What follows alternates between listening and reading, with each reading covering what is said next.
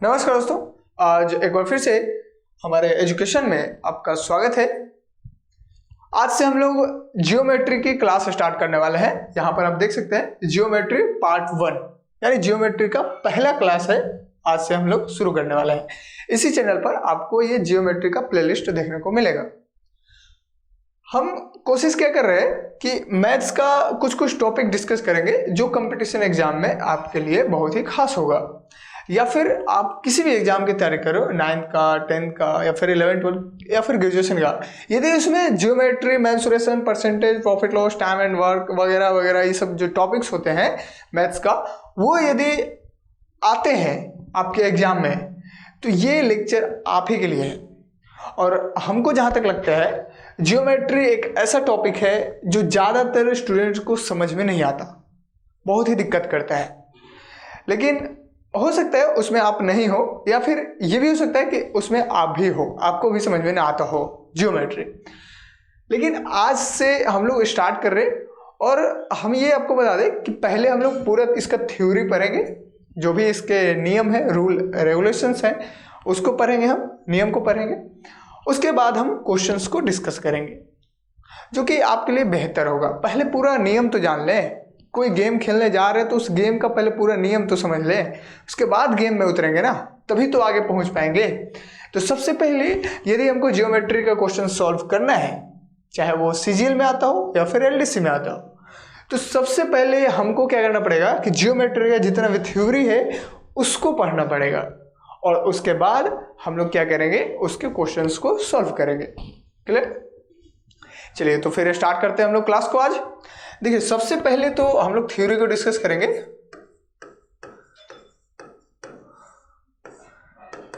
देखिए, थ्योरी में सबसे बेसिक से स्टार्ट करेंगे, ठीक है। आपने कभी पढ़ा नहीं ज्योमेट्री, कोई मतलब नहीं रखता, बस आप पार्ट 1 पार्ट 2 करके, पता नहीं कितना बनेगा, हो सकता है 20-22 पार्ट बन जाए, लेकिन एक बार आप अच्छे से पढ़ लो बस शुरू से, फिर देखो आपका ज्योमेट्री का बस ऐसे ही सॉल्व कर लोगे आप, ठीक है। चलो तो थ्योरी सबसे पहले देखते हैं। थ्योरी में सबसे पहला थ्योरी क्या हम लोग देखें। देखो, सबसे पहला जो थ्योरी होगा वो हम लोग डिस्कस करते हैं लाइन, ठीक है। लाइन क्या होता है, ठीक है। तो सबसे पहले हम लोग लाइन को डिस्कस कर रहे हैं। लाइन क्या होते हैं, देखो ये एक हमने लाइन बना दिया।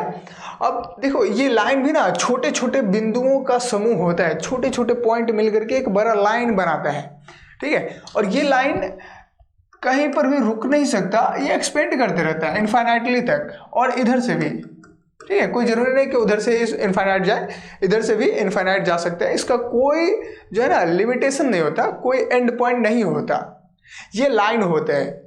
क्लियर? लाइन का यही थ्योरी है कि लाइन उसी को कहेंगे हम जिसका कोई एंड पॉइंट ना हो, ठीक है। उधर से भी वो एक्सपेंड कर सकता है पता नहीं कहाँ तक, और इधर से भी एक्सपेंड कर सकता है अनलिमिटेड, ठीक है। तो ये लाइन होता है। दूसरा जो टॉपिक होगा, मतलब दूसरा जो थ्योरी का ही पार्ट है लाइन का ही, तो वो होगा लाइन सेगमेंट। देखिए, लाइन सेगमेंट क्या होता है, तो लाइन सेगमेंट को हम लोग समझते हैं। देखिए,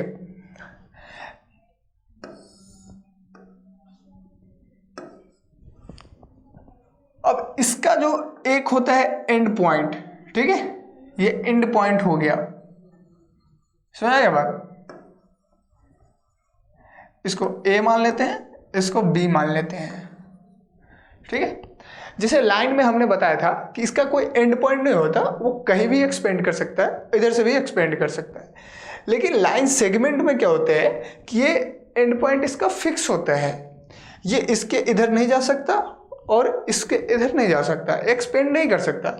ए और बी के बीच का जो ए और बी दो पॉइंट है, उन दोनों पॉइंट के बीच जो लाइन हमने बनाया वो फिक्स हो गया, वो लाइन सेगमेंट होता है, ठीक है। ये आगे एक्सपेंड नहीं करेगा। क्लियर? इसका दो एंड पॉइंट है। क्लियर?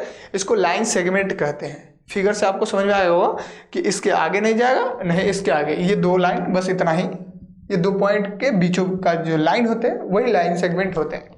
क्लियर? चलो भाई, तो लाइन सेगमेंट क्या हो गया। तीसरा हम लोग समझते हैं रे। ठीक है, रे क्या होता है, किरण इसको हिंदी में कहते हैं। तो रे क्या होता है भाई, तो देखो इसका एक एंड पॉइंट तो होता है लेकिन दूसरा एंड पॉइंट नहीं होता, ये कहीं भी एक्सपेंड कर सकता है। ठीक है, एक एंड पॉइंट तो होता है, मान लो ए नाम का एक पॉइंट है जो फिक्स है, एंड पॉइंट है, लेकिन बाकी फिक्स नहीं होता, वो बढ़ते जाएगा। ठीक है, इसको किरण कहते हैं। जैसे टॉर्च का लाइट जो हम ऐसे जलाते हैं, तो टॉर्च का जो जहाँ से लाइट निकल रहा है वो तो फिक्स पॉइंट है ना, वो तो एंड पॉइंट है, टॉर्च के पीछे नहीं जाएगा लाइट, लेकिन टॉर्च के आगे लाइट जाता रहेगा, उस कहाँ तक जाएगा किसी को नहीं पता। ठीक है, तो ये होता है रे, इसी को किरण कहते हैं। क्लियर। तो ये 3 लाइन चीज़ें हैं। लाइन क्या होता है समझिए, जिसका कोई एंड पॉइंट नहीं होता। लाइन सेगमेंट क्या होता है, जिसका 2 एंड पॉइंट होते हैं। और रे क्या होता है, जिसका एक एंड पॉइंट होता है और एक तरफ से कहीं भी जा सकता है। और ये चीज़ इधर से भी हो सकता है ऐसे भी, यहाँ से एंड पॉइंट हो और इधर में है, ठीक है, इधर से निकल जाता हो और ये एक पॉइंट, तो ऐसे भी हो सकता है और वैसे भी हो सकता है, एक एंड पॉइंट होगा बस। क्लियर। तो ये फिगर देख के आपको जरूर समझ में आ गया होगा कि हम कहना क्या चाह रहे हैं। क्लियर। तो ये लाइन सेगमेंट और रे, ये चीजें होती है। चलो भाई अगला समझते हैं हम लोग। अगला समझते हैं, सबसे पहला लाइन का ही टॉपिक समझते हैं,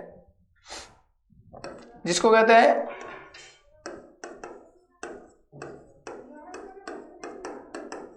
इंटरसेक्टिंग लाइन। ठीक है, इंटरसेक्टिंग लाइन क्या होता है, देखो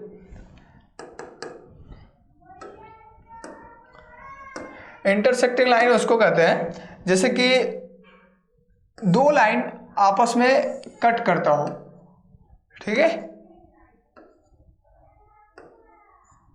2 लाइन जब आपस में टकराता है, कट करता है खुद को, तो ये कहां पर कट कर रहा है, इस पॉइंट पर कट कर रहा है ना, इसको मान लेते हैं ओ है। क्या है, ओ नाम का पॉइंट है। तो 2 लाइन जब आपस में टकराता है, आपस में कट करता है, तो इसको इंटरसेक्टिंग कहते हैं। ठीक है, ये जो पॉइंट बना इसको कहते हैं पॉइंट ऑफ इंटरसेक्शन। इसका नाम क्या देंगे हम, point of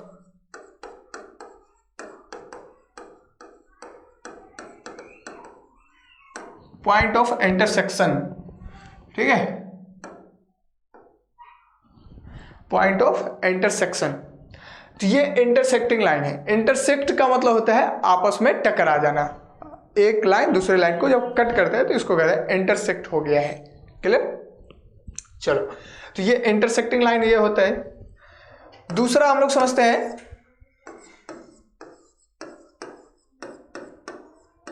parallel line. Parallel line क्या होते हैं, ठीक है, तो इसको समझते हैं। देखिए पैरेलल लाइन क्या होता है कि ये 2 लाइन ऐसे जाते रहते हैं। ठीक है, 2 लाइन एक दूसरे के समानांतर जा रहे हैं, तो पैरेलल लाइन क्या होता है ये समझो। जब 2 लाइन यहां से निकला उधर की ओर जा रहा है, तो यहां से यहां का जो बीच का डिस्टेंस है मान लेते हैं 50 सेंटीमीटर है। ठीक है, 50 सेंटीमीटर, तो यहां भी 50 सेंटीमीटर होगा और जहां तक जाएगा ना वहां तक इसका जो लाइन का जो बीच का जो डिस्टेंस होगा वो 50 सेंटीमीटर ही होगा। ये बदलाव नहीं होगा इसमें, ना तो ये उधर जाएगा और नहीं ये इधर जाएगा और ना ही ये आपस में कभी इंटरसेक्ट करेगा, नेवर इंटरसेक्ट। ठीक है, ये लाइन आपस में कभी भी इंटरसेक्ट नहीं कर सकता। ठीक है, ये पैरेलल लाइन होता है और इसके बीच का जो डिस्टेंस होता है वो हमेशा सेम होता है, चाहे यहां देखो, यहां देखो, यहां देखो, कहीं भी देखो, इसी को कहते हैं पैरेलल लाइन। पैरेलल जाएगा, बस ऐसे ही जा रहा है तो ऐसे ही जाएगा। ठीक है, आपस में कभी भी टकराएगा नहीं भागेगा, दूरी नहीं बढ़ेगा। समझा रहा, ये पैरेलल लाइन होते हैं। क्लियर। चलो भाई अगला देखते हैं हम लोग, 3rd नंबर।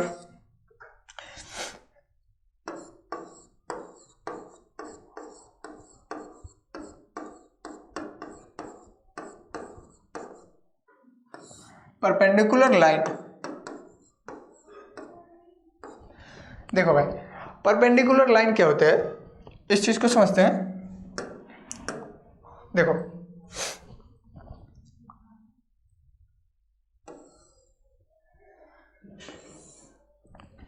देखो जब दो लाइन, एक लाइन इधर से ऐसे बनाए, एक लाइन इधर से ऐसे बनाए, ठीक है, ध्यान से देखो भाई,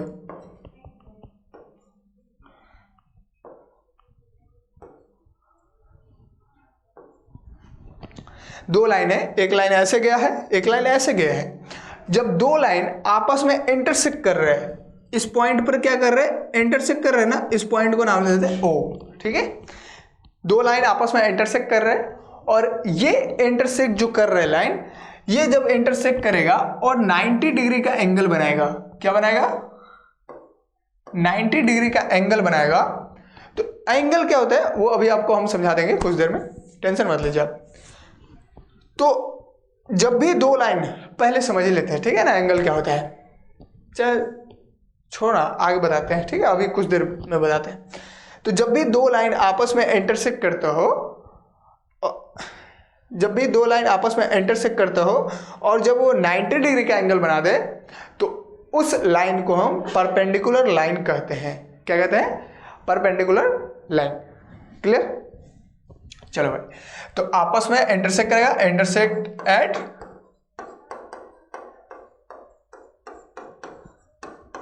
नाइन्टी डिग्री, ठीक है, इंटरसेक्ट एट 90 डिग्री। क्लियर, चलो भाई, तो ये परपेंडिकुलर लाइन है। और भी लाइन को हम समझते हैं, जैसे 4 नंबर,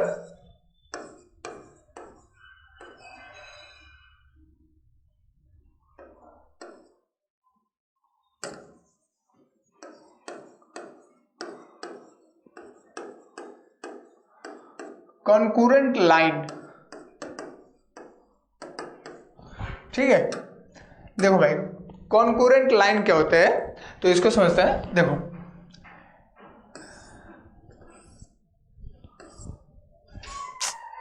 ऐसे नहीं बनाना था, एक मिनट भाई, थोड़ा सा हिसाब से बनाना पड़ेगा हमको।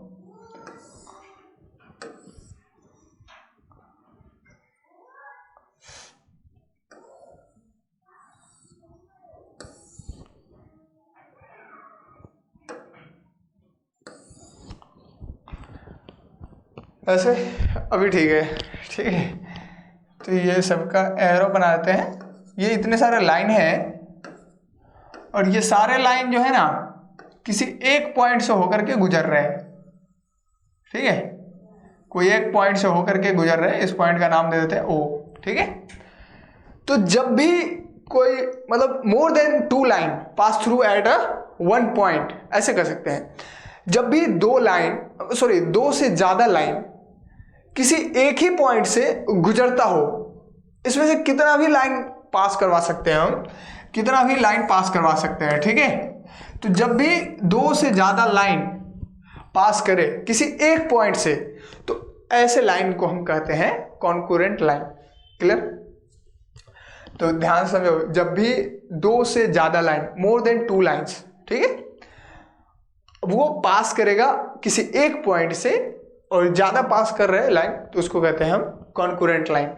क्लियर, तो लाइन हम लोगों ने 4 डिस्कस किया है, तो ये सारा चीज आपको क्लियर होना चाहिए। देखो सबसे पहली चीज ये आपको दिखा देते हैं। देखो सबसे पहले हमने लाइन डिस्कस किया। लाइन होता क्या है, जिसका कोई एंड पॉइंट नहीं होता, ठीक है, वो लाइन होता है।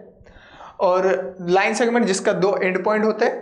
और रे क्या होता है, जिसका एक एंड पॉइंट होता है, एक तरफ से कहीं भी जा सकते हैं, वो रे होता है। क्लियर, आगे हम लोगों ने देखा इंटरसेक्टिंग लाइन क्या होता है, तो जब 2 लाइन आपस में कट करता हो, टकराता हो, तो वहां पर इंटरसेक्ट करता है, ठीक है, तो ये इंटरसेक्टिंग लाइन होता है। और पैरेलल लाइन क्या होता है, जो कभी आपस में इंटरसेक्ट नहीं कर सकता और उन दोनों लाइनों के बीच का जो डिस्टेंस होगा वो हमेशा सेम होगा, तो वो पैरेलल लाइन होता है। और परपेंडिकुलर लाइन क्या होता है कि जब 2 लाइन आपस में टकराते हैं, जब इंटरसेक्ट करते हैं, तो 90 डिग्री का एंगल बनाते हैं, उसको परपेंडिकुलर लाइन कहते हैं। क्लियर, चलो, और आगे हम लोगों ने सोचा मतलब देखा कॉन्कूरेंट लाइन क्या होता है, तो 2 से ज्यादा लाइन जब एक ही पॉइंट से होकर के गुजरते हैं, तो वैसे लाइन को कॉन्कूरेंट लाइन कहा जाता है। क्लियर हो गया बात, लाइन का कहानी इतना। चलो अब समझते हैं एंगल, ठीक है।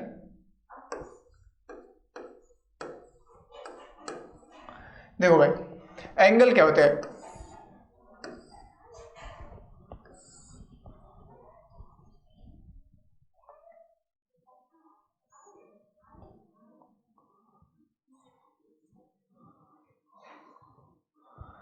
देखो भाई, एंगल क्या होता है, इस चीज को समझते हैं। देखो, अब एंगल में ना कोई चीजें जिसे समझने की कोशिश करते हैं हम लोग। सबसे पहले तो आपको हमको यह बताना पड़ेगा कि एंगल होता क्या है। तो सबसे पहले इस चीज को समझ ही लेते हैं, ठीक है। देखो भाई,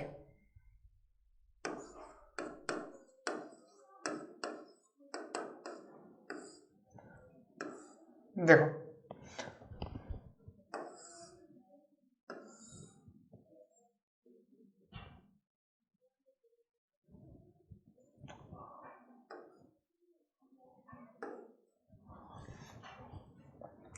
देखो भाई, ये दो लाइन है, आपस में टकराया है। कहाँ पर? यहाँ पर। देखो, ये लाइन को अगर हम और एक्सपेंड कर देते हैं तो ऐसे होगा, ये लाइन को और एक्सपेंड कर दे तो ऐसे होगा, ठीक है। तो दो लाइन आपस में टकराया, ठीक है। ये कैसे जा रहा था, ये कैसे। तो जब आपस में यहाँ पर टकराया इस पॉइंट पर, ठीक है, इस पॉइंट को ओ रखते हैं। तो जब दो लाइन आपस में टकराया तो हमने बताया था जो दो लाइन आपस में जब भी टकराएगा तो किसी न किसी एंगल का निर्माण करता है। तो ये एक एंगल होते हैं, ठीक है। इसको क्या कहते हैं हम लोग? एंगल। इसको ए मान लेते हैं, इसको बी मान लेते हैं, ठीक है। देखो भाई, जब भी दो लाइन आपस में टकराता है तो वो एंगल का निर्माण करता है, यही होता है एंगल। एंगल को हम लोग थीटा से डिनोट करते हैं, ठीक है। इसको कहते हैं थीटा। तो एंगल ना लिख करके थीटा लिख देंगे कई जगह पर, ठीक है। आपको ये ध्यान में रखना होगा, क्लियर। तो इसको थीटा कहते हैं। जब भी ऐसे जीरो लिखा हो और बीच में से ऐसे कट लगा हो, इसको कहते हैं थीटा। क्या कहते हैं?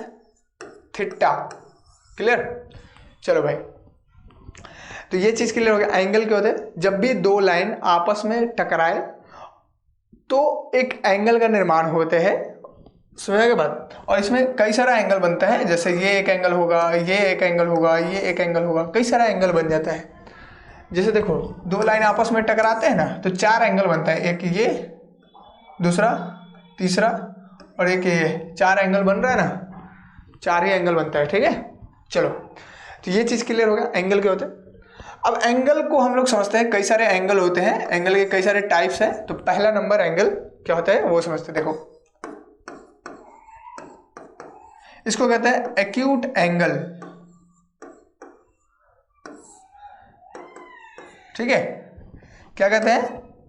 Acute angle. तो एक्यूट एंगल क्या होता है? देखो भाई,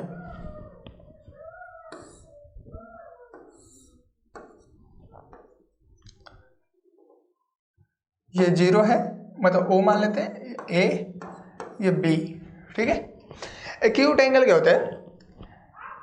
ये देखो, ये दो लाइन आपस में टकराए तो एक एंगल का निर्माण हुआ। इस एंगल को हम थीटा से डिनोट कर देते हैं, ठीक है। और इस एंगल का जो वैल्यू होगा, वैल्यू वो क्या होगा? 90 डिग्री से कम होगा, ठीक है, लेस देन 90 डिग्री। और 0 डिग्री से ज्यादा होगा, ग्रेटर देन 0 डिग्री, क्लियर। ऐसे एंगल को एक्यूट एंगल कहते हैं। ध्यान सुन लो, जब दो लाइन आपस में टकराए और टकराने के बाद जो एंगल बनता हो वो एंगल यदि 90 डिग्री से कम हो तो उसको हम कहते हैं कि वो एक्यूट एंगल है, क्लियर। चलो, दूसरा समझते हैं।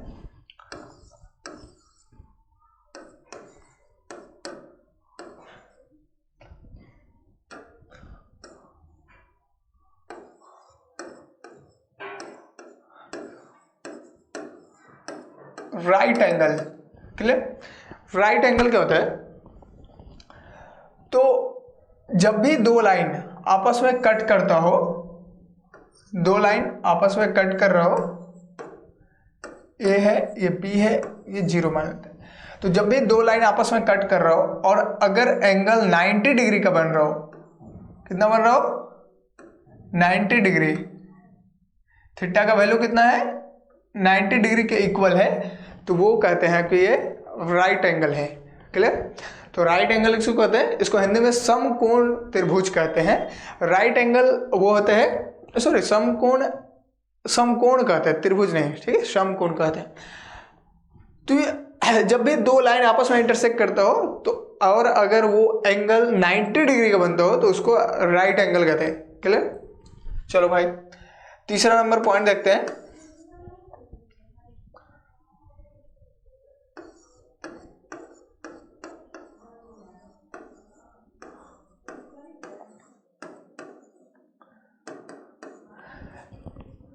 तीसरा नंबर जो एंगल होगा वो होगा ऑब्ट्यूस एंगल। क्या होता है, ऑब्ट्यूस एंगल। अब ये क्या होता है भाई, तो देखो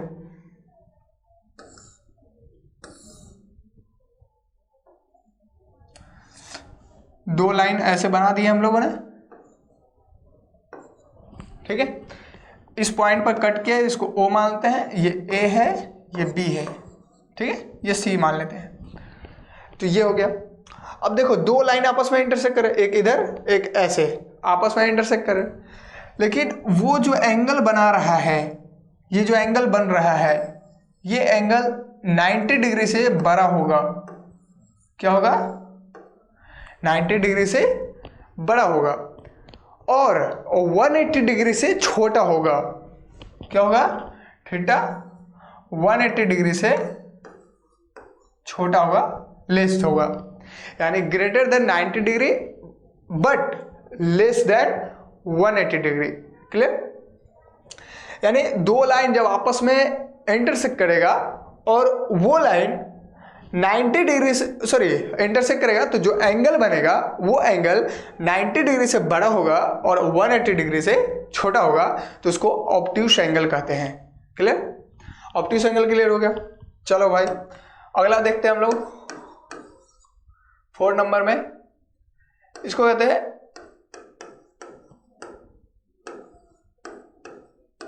स्ट्रेट एंगल।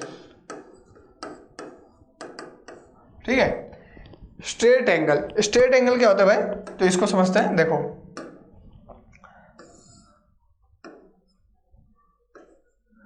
ये मान लेते हैं A है, ये B है और यहां एक पॉइंट मान लेते हैं ये O है, ठीक है। ये क्या हो गया,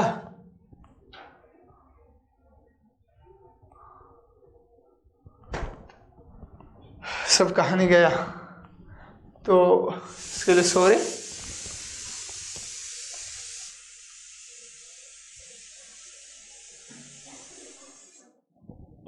देखो भाई अब इसमें हम कुछ नहीं कर सकते, ये कहानी गड़बड़ हो गया, तो फिर से इसको समझते हैं। एक चीज़ और, ये तो रिकॉर्ड है तो आप बैक करके उतना देख सकते हैं, दिक्कत नहीं है। तो हम लोग वहीं से स्टार्ट करते हैं जहाँ पर ये ख़त्म हुआ है, ठीक है। तो वहीं पर स्टार्ट करते हैं हम लोग कि 4 नंबर एंगल पता कर रहे थे ना हम लोग, 4 नंबर एंगल, ठीक है। देखो भाई 4 नंबर एंगल क्या डिस्कस कर रहे थे, स्ट्रेट एंगल, ठीक है। तो देखो स्ट्रेट एंगल क्या होता है उस चीज को समझते हैं। देखो भाई ये बता रहे थे कि ये एक लाइन है, ठीक है, ये A है, ये B है और यहाँ एक पॉइंट बनाते हैं O, ठीक है।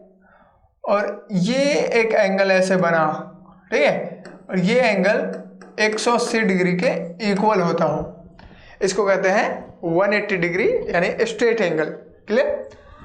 तो जब भी एंगल स्ट्रेट हो, ठीक है, एक ही लाइन पर एंगल बनाते हो तो वो क्या होता है, एक ऐसा एंगल बनता है जो 180 डिग्री के इक्वल होता है। अब जैसे इसका कुछ एग्जांपल ले लेते हैं, जैसे कि मान लो ये ऐसा लाइन है ना, तो इस पर कहीं भी, इस लाइन पर कहीं भी 180 डिग्री का एंगल बन सकता है। जैसे कि यहाँ पर, यहाँ पर, यहाँ पर, यहाँ पर भी ये सब 180 डिग्री होगा।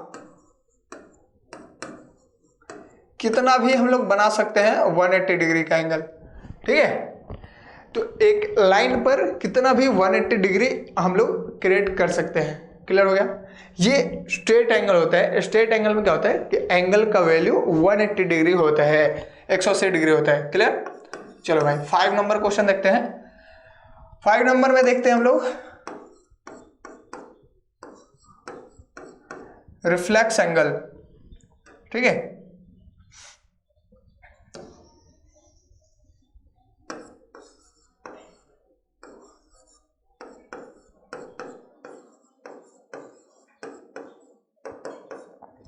देखो भाई रिफ्लेक्स एंगल क्या होता है।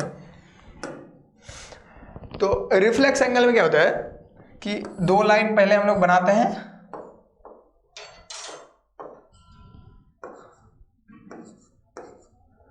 और देखो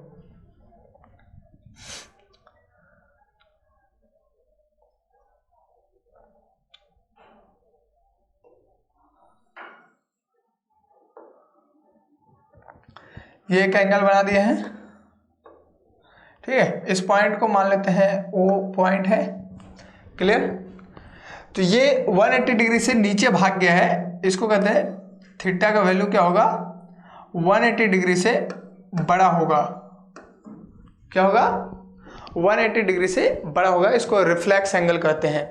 देखो जब 2 लाइन आपस में इंटरसेक्ट करे और वो 180 डिग्री से बड़ा हो जाए, फॉर एग्जांपल 270 डिग्री, 200 डिग्री या फिर 181 डिग्री, ये सब रिफ्लेक्स एंगल होते हैं। ठीक है, जो 180 डिग्री से बड़ा हो जाए और 360 डिग्री से छोटा होता हो।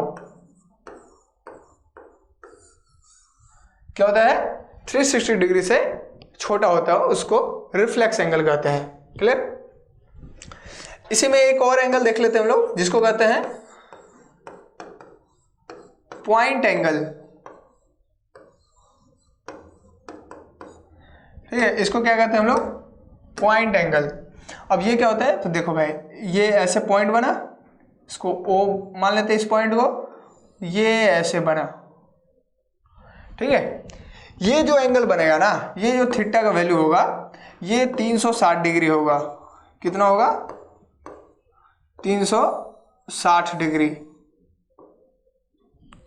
ये थीटा का वैल्यू 360 डिग्री होता है, इसको कहते हैं पॉइंट एंगल। एक बार पूरा ऐसे गोल घूम लेना, 360 डिग्री का एंगल बनेगा। क्लियर। तो ये 6 एंगल हम लोगों ने डिस्कस किया है। आप इसमें तो 4 5 6 है, बाकी वाला कहानी खत्म है, उसका बीच में पता नहीं क्या हो गया, लेकिन कोई बात नहीं, आपका तो वीडियो है तो आप उसको बैक करके देख सकते हैं, हम नहीं देख पाएंगे, मतलब हमको फिर वीडियो देखना पड़ेगा ना। तो देखो सबसे पहला एंगल हम लोगों ने डिस्कस किया था एक्यूट एंगल, जो 90 डिग्री से छोटा होता हो। दूसरा राइट एंगल, जो 90 डिग्री के इक्वल होता है।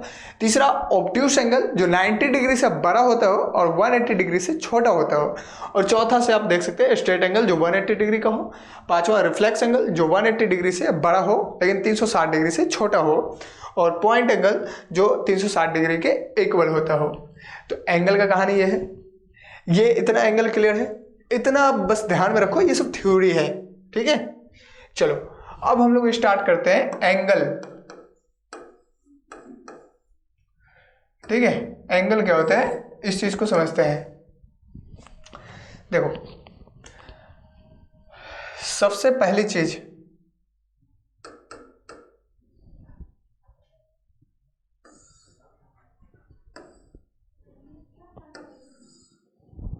देखो भाई अब इस एंगल में हम लोग कोई कोई चीजें समझने की कोशिश करते हैं, कुछ कुछ। देखो सबसे पहला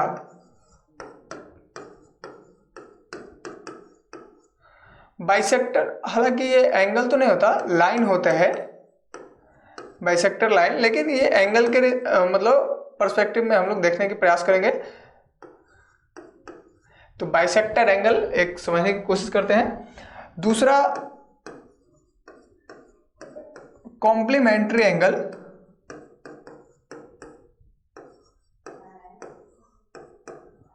और तीसरा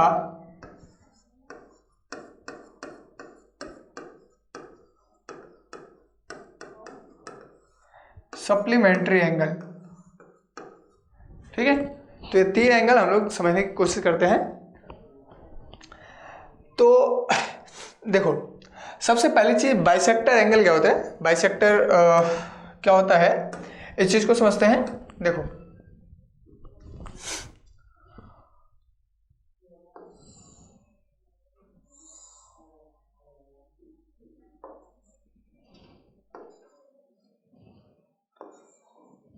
इसको A मान लेते हैं, इसको B मान लेते हैं।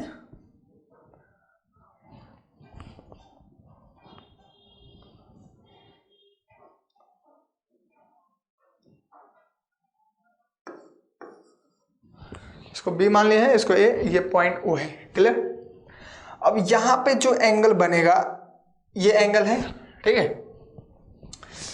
ये तो समझ में आ गया, इसको एंगल कह रहे हैं, ठीक है। इसमें बाइसेक्ट क्या है, तो देखो हमने बताया कि पहले तो बाइसेक्टर लाइन होते हैं। बाइसेक्ट क्या होता है, लाइन होते हैं, उसी लाइन से हम एंगल को डिफाइन कर रहे हैं। देखो कैसे, तो यहां से एक लाइन हम बीचों बीच ऐसे ड्रॉ करते हैं, ठीक है, एक लाइन हमने ड्रॉ कर दिया उसी पॉइंट से, इसी पॉइंट से जो बीचों बीच निकल गए, क्लियर। अब ये लाइन जो है ये एकदम बीचों बीच निकलेगा, ठीक है। मान लेते हैं ये एंगल 1 है, ये एंगल 2 है, ठीक है, एंगल 1 एंगल 2। देखो एंगल को ऐसे शॉर्ट में ऐसे लिखते हैं, ठीक है, ये एंगल होता है और इसको 1 बोलो, एंगल 2 बोलो, या एंगल 30 डिग्री बोलो, कुछ भी बोल सकते हैं हम लोग, ठीक है। तो एंगल को शॉर्ट में ऐसे लिखते हैं, क्लियर है। तो एंगल 1 एंगल 2। अब देखो ये जो लाइन गया है ना, ये जो बाइसेक्ट किया है इसको, अब ये बाइसेक्ट कैसे किया है, तो देखो ये बाइसेक्ट का मतलब ये होता है बीचों बीच कट करना, इंटरसेक्ट करना बीचों बीच। ये एंगल को बीचों बीच कट कर दिया है, क्लियर।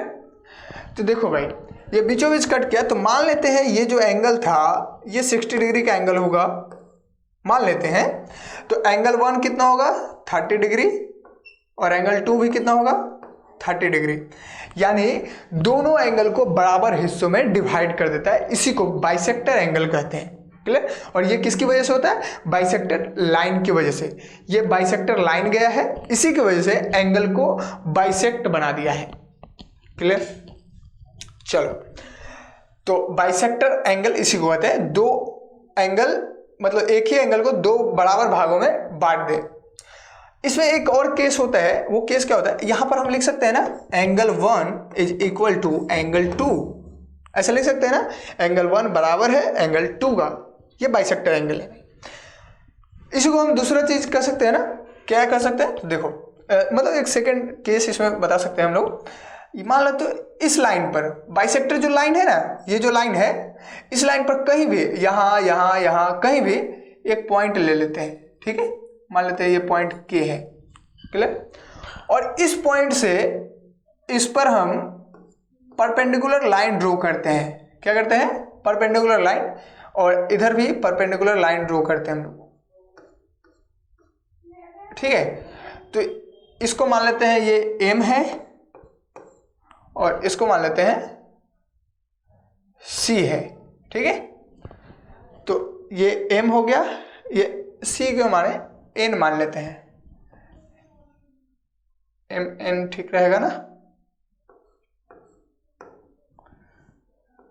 देखो भाई, तो ये N है, ये M है, क्लियर। अब ये क्यों लिखे हम, तो ध्यान से देखो, अब ये करता क्या है कि जब भी बाइसेक्टर लाइन पर हमको पॉइंट लेकर के परपेंडिकुलर लाइन ड्रॉ करते हैं, तो परपेंडिकुलर का मतलब क्या होता है कि ये 90 डिग्री का एंगल बनाएगा, है ना। ये क्या बनाएगा, 90 डिग्री का एंगल बनाएगा, क्लियर, तभी तो परपेंडिकुलर लाइन होगा। और ये परपेंडिकुलर लाइन आपस में ये दोनों साइड इक्वल होते हैं, यानी हम ये कह सकते हैं कि KM is equal to KN, ठीक है। तो KM जो है, ये जो लाइन है, इसका डिस्टेंस और KN का डिस्टेंस दोनों इक्वल होगा, क्योंकि वो बाइसेक्टर लाइन के द्वारा उसी पॉइंट, बाइसेक्टर लाइन पर जो पॉइंट है उससे परपेंडिकुलर लाइन ड्रॉ किया हुआ है दोनों पर। अगर परपेंडिकुलर लाइन ड्रॉ नहीं करेंगे तो ये इक्वल नहीं होगा, क्लियर। तो ये बाइसेक्टर एंगल का कुछ थ्योरी है, इसको ध्यान में रखना है भाई, ठीक है।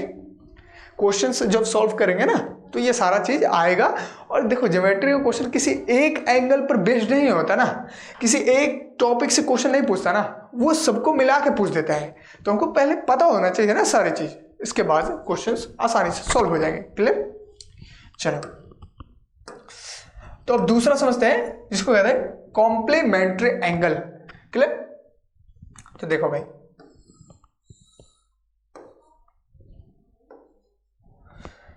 ये एंगल है, ये मान लेते हैं ए है, ओ है, ये बी है, ठीक है। अब यहां से एक लाइन हम ड्रॉ करते हैं, कहीं भी कैसे भी लाइन ड्रॉ कर देते हैं, कोई मतलब नहीं बनता उसका, ठीक है। ये बाइसेक्टर लाइन नहीं है, ध्यान से आप देख सकते हैं, बीचों बीच नहीं काट रहे हैं, बाइसेक्टर नहीं है, ठीक है।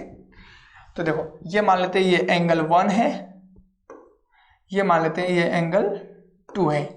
क्लियर? यानी ऐसे कर सकते हैं ना, ठीक है। इसको थोड़ा सा और अच्छे से लिखते हैं हम लोग। देखो इसको मान लेते हैं ये θ1 है और इसको कहते हैं ये θ2 है, ठीक है। तो आसानी होगा, देखो क्या होगा आसानी से। तो कॉम्प्लीमेंट्री एंगल में क्या होता है कि दो एंगल बनेगा ना, जब भी दो एंगल बन रहा है, किसी एक एंगल को हम तोड़ दिए और दो एंगल बना दिए, वो दोनों एंगल को जब आपस में हम जोड़ेंगे, ऐड करेंगे, तो वो 90 डिग्री के इक्वल होना चाहिए, उसको कॉम्प्लीमेंट्री एंगल कहते हैं। क्लियर? यानी हम कह सकते हैं θ1 plus θ2 is equal to 90 degree. Clear? ये थ्योरी है भाई कॉम्प्लीमेंट्री एंगल का। यानी θ1 और θ2 को जब हम आपस में ऐड करेंगे तो वो 90 डिग्री के इक्वल होना चाहिए, उसको कॉम्प्लीमेंट्री एंगल कहते हैं। क्लियर? इसमें कुछ एग्जांपल देख लेते हैं। जैसे कि मान लेते हैं कि ये x डिग्री है, ये 2x डिग्री है, ठीक है। तो इसका वैल्यू निकाल ले, देखो कैसे निकलेगा भाई। तो कहाँ निकाले? इधर निकालते हैं, ठीक है। देखो x plus 2x is equal to 90 degree, क्योंकि हमको पता है एंगल 1 को जोड़ेंगे अब प्लस एंगल 2 को जब आपस में जोड़ेंगे तो 90 डिग्री के इक्वल होगा, लिख दिए। तो x और 2x मिलकर क्या हो गया 3x is equal to 90 degree, तो x is equal to 30 degree. Clear है? x का वैल्यू कितना आ गया 30 डिग्री आ गया ना, ये 3 इधर जाके डिवाइड हो जाएगा तो 90 30 बार में कट जाएगा। क्लियर? तो x का वैल्यू आ गया 30 डिग्री और y का 2x का वैल्यू कितना होगा 2x है ना, यानी 2 से इसमें गुना कर दो, ये हो जाएगा 60 डिग्री। तो आप जोड़ के देख सकते हो, ये 30 है ये 60 है, मिलके क्या हो गया 90 हो गया। तो θ1 plus θ2 is equal to 90 degree, ऐसे ही होते हैं, ठीक है। क्लियर हो गया बात? तो क्वेश्चन ऐसे भी आ सकते हैं, सिंपल क्वेश्चन है। चलो अगला हम लोग समझते हैं सप्लीमेंट्री एंगल, वो क्या होता है। तो देखो भाई,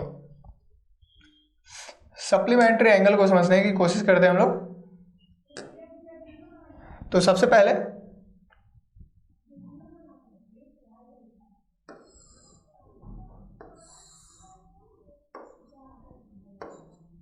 इसको A मान लेते हैं, ये O है, B मान लेते हैं।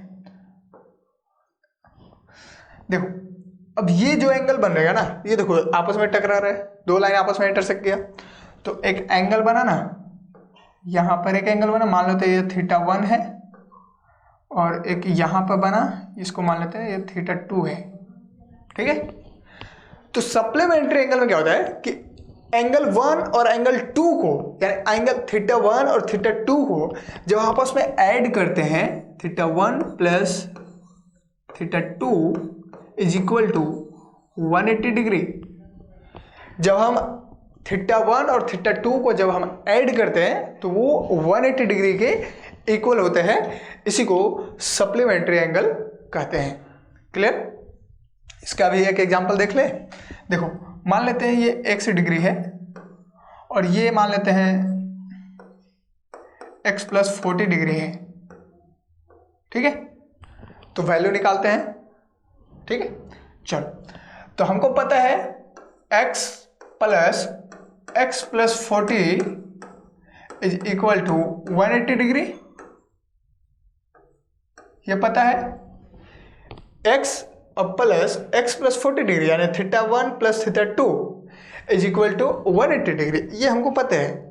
तो यहाँ से एंगल निकालते हैं, x और x मिलके हो गया 2x plus 40 is equal to 180 degree. अब ये 40 इधर जाके माइनस हो जाएगा तो कितना होगा 2x इक्वल टू, इसको माइनस कर दो तो 140 डिग्री। क्लियर। अब x बराबर क्या होगा 70 डिग्री, ये दो इधर से डिवाइड हो जाएगा तो x का वैल्यू क्या आ गया 70 डिग्री। और ये दो इधर जाके डिवाइड होगा क्योंकि यहाँ गुना में है ना, तो x का वैल्यू 70 डिग्री हो गया। तो इसका वैल्यू कितना होगा 70 प्लस 40, 7 4 कितना होगा 110 डिग्री। अब दोनों को आप जोड़ लो, 70 प्लस 110, 70 प्लस 110 कितना होगा 180 डिग्री। तो ये सप्लीमेंट्री एंगल का ये थ्योरी था।